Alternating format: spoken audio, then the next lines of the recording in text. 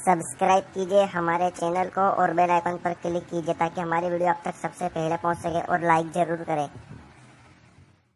इन्हीं दिनों में हम शरीयत को जितना पामाल करते हैं शायद किसी और दिन पामाल करें। माह मुहर्रम के अंदर मुसलमानों की बस्ती में ढोल पीटे जा रहे हैं, मुसलमानों की बस्ती में ढोल बज रहे हैं। अगर मस्जिद का इमाम मना करे तो सारा मोहल्ला मिलकर के ट्रस्टियों के पास आता है, मुतवल्ली से कहता है उस यजीदी को बाहर करना वरना हम उसके पीछे नमाज नहीं पढ़ेंगे। क्यों भाई, ढोल के खिलाफ कहने वाला यजीदी कब से हो गया? मैं ये बात जो है वो आपके सामने दिल्ली वालों, महबूब इलाही की जमीन पे बसने वालों, कुतुबुद्दीन बख्तियार काकी की जमीन पे बसने वालों, शेख अब्दुल्ला मुहद्दिस दलवी की जमीन पे बसने वालों, 22 खाजाओं की चौखट पे बसने वालों, ये बात मैं शुक्र के तौर पे कर रहा हूं। वल्लाह वो सैयद नहीं हूं कि कस्में खा करके अपनी सियादत की भीख आपसे मांगू, लेकिन सिर्फ इतना कहना चाहता हूं, ला इलाहा इल्लल्लाह, झूठों पे अल्लाह की लानत है। मैं हसनी हुसैनी सैयद हूं, अल्हम्दुलिल्लाह रब्बिल आलमीन। लेकिन आपसे कहना चाहता हूं, अगर आलिम मस्जिद का ढोल के खिलाफ तकरीर करे, आप उसको यजीदी कहते हो,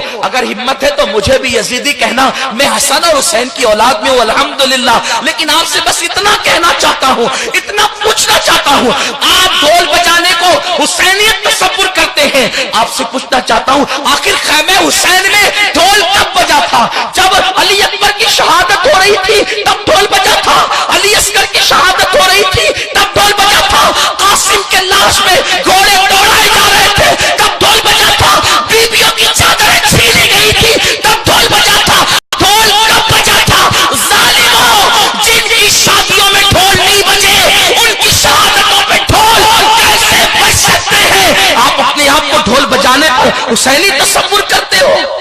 ढोल तो दमिश्क में बज रहे थे, ढोल तो दमिश्क में बज रहे थे। और सुनो, अगर शहादत हुसैन पे ढोल बजाने का इतना ही शौक है तो फिर बजाना, खुशी से बजाना, लेकिन उससे पहले एक शर्त है, जब तेरे 18 साल के बेटे का जनाजा उठे उस वक्त ढोल बजाना, उसके बाद अली अकबर की शहादत पे ढोल बजाना।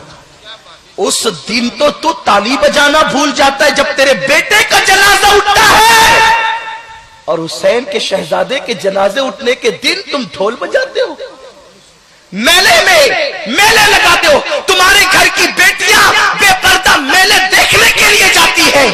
कहां वो सैयदा फातिमतुज़ ज़हरा का किरदार जिसके सर के दुपट्टे को कभी चांद और सूरज ने नहीं देखा?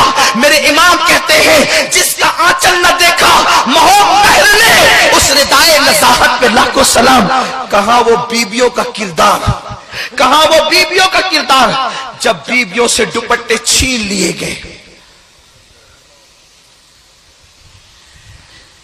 उस्ताद ज़मान मौलाना हसन बरेलवी ने भी लिखा है कि बीबियों के दुपट्टे छीन लिए गए।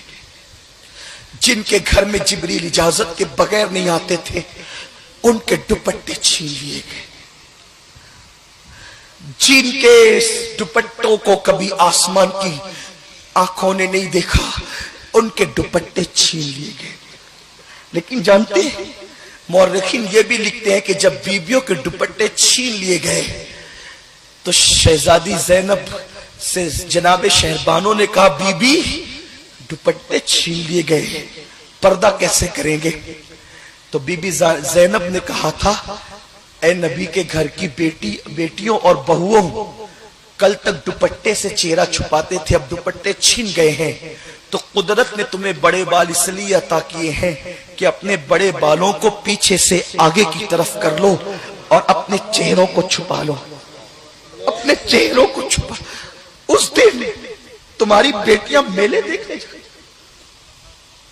हुसैनी हो तुम्हारी बेटियां उस दिन नाच देखने जाती, तुम्हारी घर की औरतें बेपर्दा घरों से क्या गुजरती होगी इमाम हुसैन के दिल पर।